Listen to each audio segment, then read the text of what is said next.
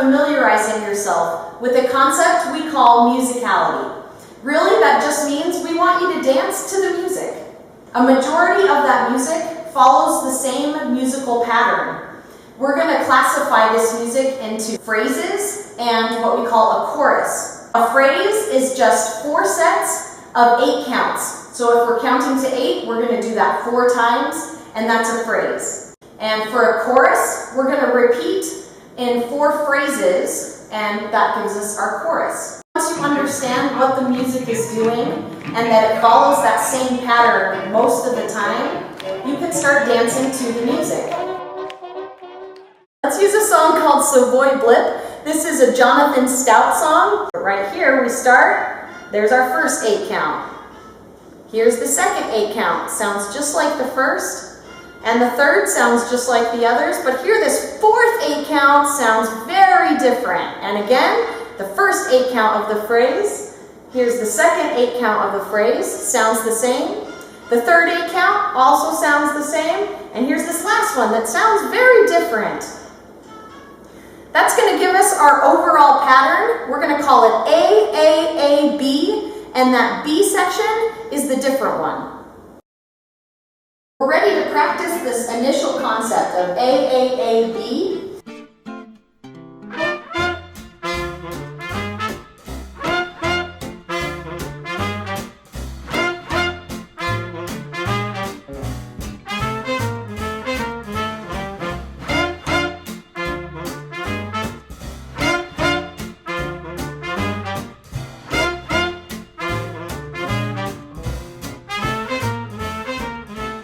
The next example we're going to do, we're going to use a mess around.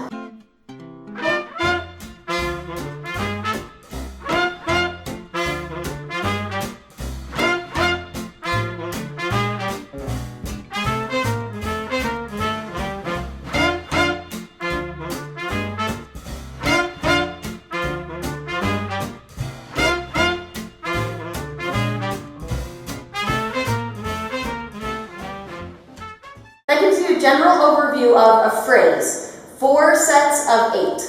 Now let's talk about a chorus, which is 4 phrases. So we're talking about 16 sets of 8 for a chorus. Now a chorus typically in these jazz songs is a different pattern than a phrase, but it does have a pattern. Instead of going AAAB, a chorus typically goes AABA. So our first phrase of the chorus is going to sound one way, and then our next phrase in that chorus is going to sound similar to that first phrase. So that means the first 4 8s and then the second 4 8s typically are going to match each other. Then when we get to that third phrase, so our third set of 4 8s, those are going to sound a little bit different than the first 2 phrases that we heard. And then usually it goes back to the initial phrase of the chorus. So let's use the same song so we can demonstrate that. Here's our first phrase that we're very familiar with. And we'll get through all 4 8 counts of this first phrase.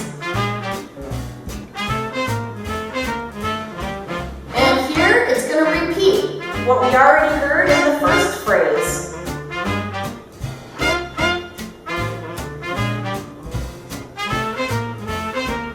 And now we head into our third phrase, and you can tell right away it sounds much different than what we heard out of the first 2 phrases. And we get a fun ending on this one, and then right back into our fourth phrase that sounds just like the first and the second phrase. And you'll notice all 4 phrases follow the AAAB pattern, and even that third phrase that sounds different still has the AAAB pattern. To practice dancing to the different phrases in a chorus, we're going to do Lindy Hop to the first, second, and fourth phrase, and we're going to walk and do a different style of dancing to the third phrase in the chorus. So when I say walk, we're actually going to be in side-by-side position, and we're going to just walk around the room as if you were walking normally, but you're connected to your partner here. And you can go backwards. And so we're going to use this walking just as an easy way to change the way that we're dancing. So we've got that nice, energetic Lindy hop for the first and second and fourth phrase, and then we'll just do some nice, easy walking together on the third phrase. And really for now, it's just so you can practice hearing the differences in the music, making sure that your brain recognizes them and does something very different than the other phrases.